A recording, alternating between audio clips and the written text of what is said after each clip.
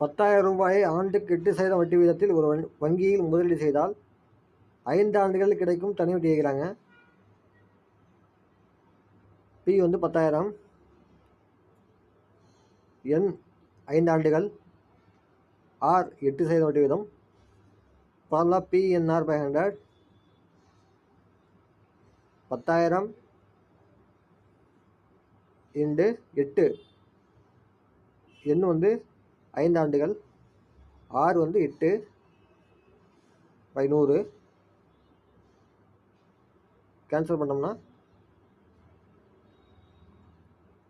50. இது பிறகு 50 இன்டு 8. 50 500. 500 8.